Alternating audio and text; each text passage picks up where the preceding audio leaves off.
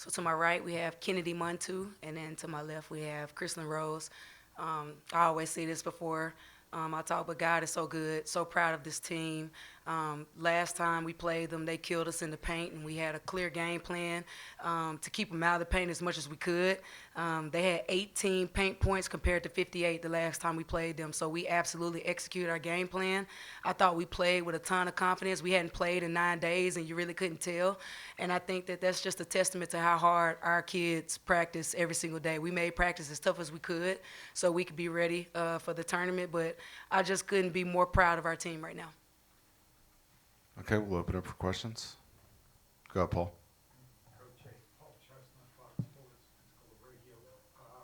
Had a 20-point lead there in that first half. How big was that? Because it really set up the tempo of the rest of the way for you guys. Well, we knew that they played yesterday, and they play a similar style that we play. So our system is we're going to press you for 40 minutes, and we're going to play fast offensively in hopes to wear you down. And when we got that lead, I thought that was huge for us. We knew that probably wasn't a big enough cushion because they're a great team and they scored really well. But to be able to have that cushion, I think allowed us to play with a ton of confidence, so it was huge. Right here. Cameron Ritchie with the Ticket Radio Network. Playing Troy is always kind of feels a little bit like organized chaos, but you Yeah. are really close to a season low in turnovers there with just 10. What do you feel like? Why was your team able to kind of maintain calm for the most part of the We worked on it all week long, and it wasn't necessary that we were preparing for Troy because we respect everybody that was on our side, but we just knew that we kind of struggled with the press at the end of that game, so we worked on it all week long, and I thought we played with a ton of confidence whenever they did try to press us, and we made the right reads, and we played fast, and we got a couple open shots out of it. So I thought that the preparation that we did all week long really paid off today. Go ahead, Paul. Coach, how do you beat a team 3 times in this week? Like you just beat Troy 3 times this year. God is good. To do. God is good. That's all I got for you. People, they ask me all the time. That's my question. I mean, that's going to be my answer every single time. We lost our team last year, and we only returned 3 players. And we had a ton of players take a risk in faith to come here for their last year, not knowing how this was going to be. And I truly see that paying off. We believe when no one else did. To give you a basketball answer, it's really hard to beat a team 3 times. But I have to go back to our preparation. Our preparation won us this game today. I got a question on Zoom for both the players here. It looked like the intensity and the defensive pressure was high all game. Was that the mindset going in? And then how do you feel like you guys executed? I feel like that was the emphasis because the last time we played them, we felt like we weren't as aggressive as we could be in our press. So we knew going into this game we had to be more aggressive. We had to stop their guards from just breaking our press. And then, like she said, our preparation this week definitely won us this game today.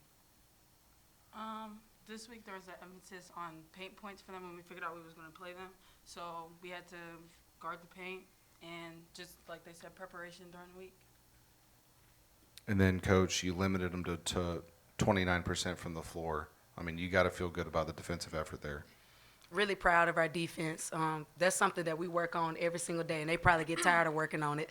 But every single day we in practice with our tough defensive drills because we know that if you want to compete for a championship, you got to get stops. And Troy is a really good team. They can flat out score the ball, and I thought we did a really good job of understanding our defensive assignments today and execute them to perfection. Right here in the front. Kennedy, I know that you guys are not going out trying to get like individual accolades, but I think there were a lot of people that felt like you were snubbed on the All-Sun Belt team. Was there any kind of a mindset to come out in an environment like this and show the rest of the league what you're capable of? Really just be myself, play my game, and just go out and do what I can do for my team. They believe me, they give me the confidence, so I'm gonna just go out there. The award is an award, but leave it at that. I want a ring, so forget the award. Best 6 men in the conference. And Coach, I've got one more for you as well. Yeah. Throughout the season, all 3 of these games against Troy, you've either been right there or today +1 in terms of rebounding, which is obviously their bread and butter. So what do you credit that to in the 3 games?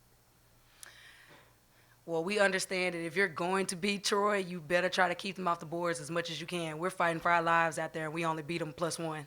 But for us in practice, we get guys in practice and we box out over and over and over again just to prepare our players for it because they're the best I've seen when it comes to crashing on the glass. So if you want to beat them, you better be pretty elite at it. So we work on it every single day.